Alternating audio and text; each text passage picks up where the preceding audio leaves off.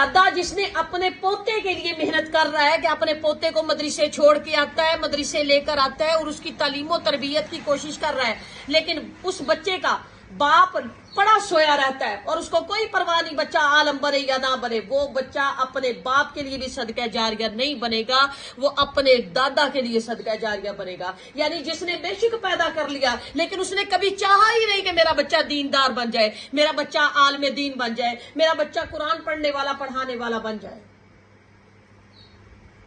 ऐसे नहीं होता। ये अल्लाह सुब्हानहू तआला के यहाँ सिफारिश नहीं चलेगी वहां पर किसी की भी कि हम किसी को कह दे कि चलो अच्छा अल्लाह रब्बुल इज्जत यहाँ पे ऐसे कर दे, यहाँ पे ऐसे, वो पर मारने की जरूरत नहीं होगी किसी के। और हम लोगों ने यहाँ पर मन घड़त तरीके कार निकाल लिए कि मुर्दे बख्श दिए जाएंगे।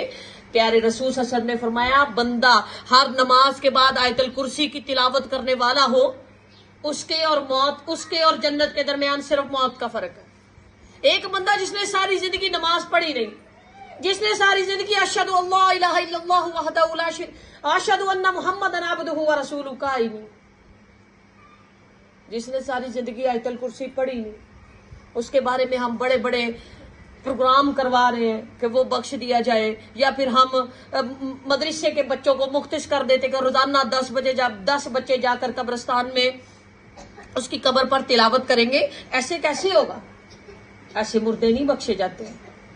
अल्लाह सुब्हानहू तआला और उसके रसूल ने तरीकेकार बताए हैं, उन तरीकों को मानना पड़ेगा। हर बंदे को अपने हिस्से की कोशिश करके जानी पड़ेगी।